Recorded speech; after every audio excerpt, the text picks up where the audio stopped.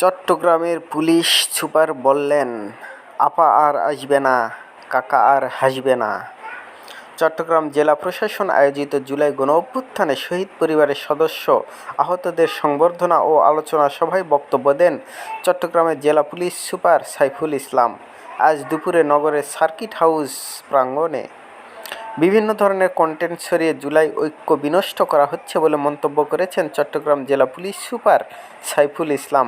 বক্তব্যের এক পর্যায়ে তিনি শেখ হাসিনা ও ওবায়দুল কাদেরকে ইঙ্গিত করে বলেন, আপনারা ষড়যন্ত্রকারীদের বলে দেবেন, আপা আর আসবে না, কাকা আর হাসবে না।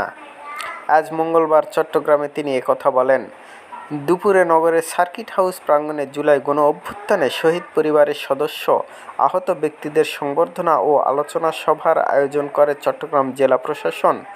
জেলা প্রশাসক ফরিদা খানমের সভাপতিত্বে সভায় আরও বক্তব্য দেন বিভাগীয় কমিশনার মোহাম্মদ জিয়াউদ্দিন, চট্টগ্রাম রেঞ্জের উপ মহাপুলিশ পরিদর্শক